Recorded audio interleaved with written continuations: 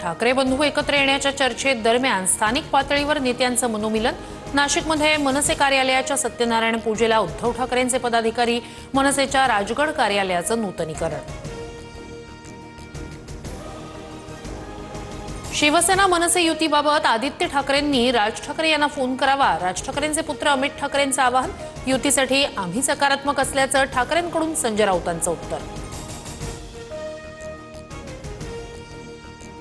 अकोला जिल्हा नियोजन समितीच्या सभेत राडा। बैठकीत भाजपचे रणधीर सावरकर आणि ठाकरेंचे नितीन देशमुख यांच्यात शाब्दिक चकमक। दोन्ही पक्षाचे कार्यकर्ते आमने-सामने।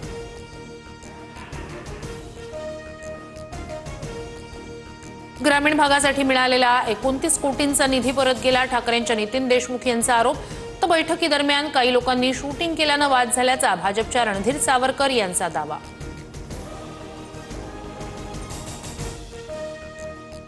समृद्धी महामार्गाच्या शेवटच्या टप्प्याचं लोकार्पण। इगतपुरी ते आमणे शेवटचा 76 किलोमीटरचा मार्ग सेवेत। मुंबई ते नागपूर प्रवास केवळ 8 तासात शक्य। मुख्यमंत्री आणि दोन्ही उपमुख्यमंत्र्यांचा समृद्धीवरून कारनं प्रवास। शिंदेनंतर फडणवीसांच्या हाती स्टिअरिंग। आम्ही तिघं उत्तम ड्रायव्हर असल्याची फडणवीसांची प्रतिक्रिया। हगवणे प्रकरणात चर्चेत आलेले आयजी सुपेकर 6 मोठ्या आरोपांमुळे वादात। अमरावतीच्या तुरुंगात असलेल्या गायकवाडांच्या जामिनासाठी 550 कोटी मागितल्याचा आरोप। गायकवाड कुटुंबाकडून माझ्या मुलीचा विकृतपणे छळ। माजी आमदार दीपक साळुंखेंचा आरोप। पुण्यातील गायकवाड बाप बेटे सावकारीसह अनेक गुन्ह्यांमध्ये सध्या तुरुंगात।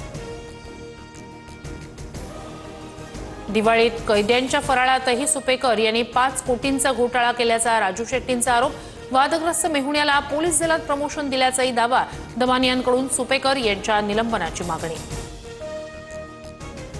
मी कुणाकडेही पैसे मागितले नाहीत। माझ्यावर होणारे सर्व आरोप धादांत, खोटे आणि निरर्थक। आरोपांनंतर जालिंदर सुपेकर यांचं स्पष्टीकरण।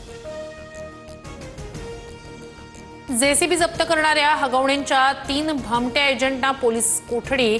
तिघांनी फिर्यादी चालकाकडून जेसीबी मशीन अनधिकृतपणे ताब्यात घेतल्याचा आरोप। प्रशांत येळवंडेचा जेसीबी जप्त केला नाही, इंडसइंड बँकेकडून स्पष्ट।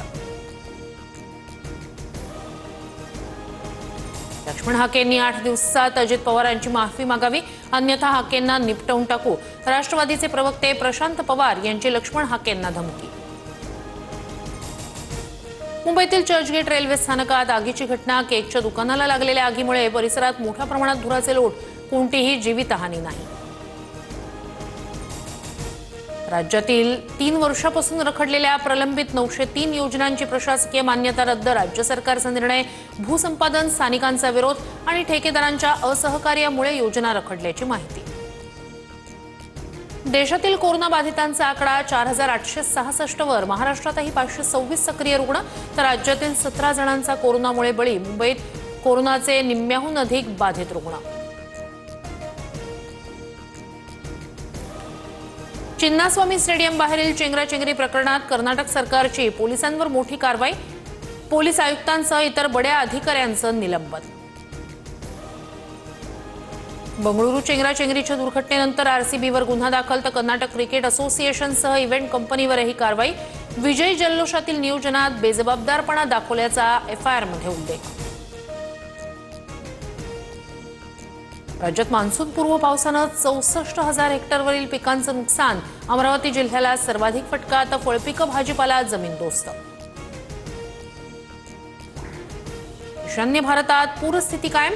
ब्रह्मपुत्रा नदीच्या पाणी पातळीत वाढ। आसाममधील अनेक गावांना पुराचा फटका। 21 जिल्ह्यातील 6 लाख नागरिक पुरामुळे बेघर।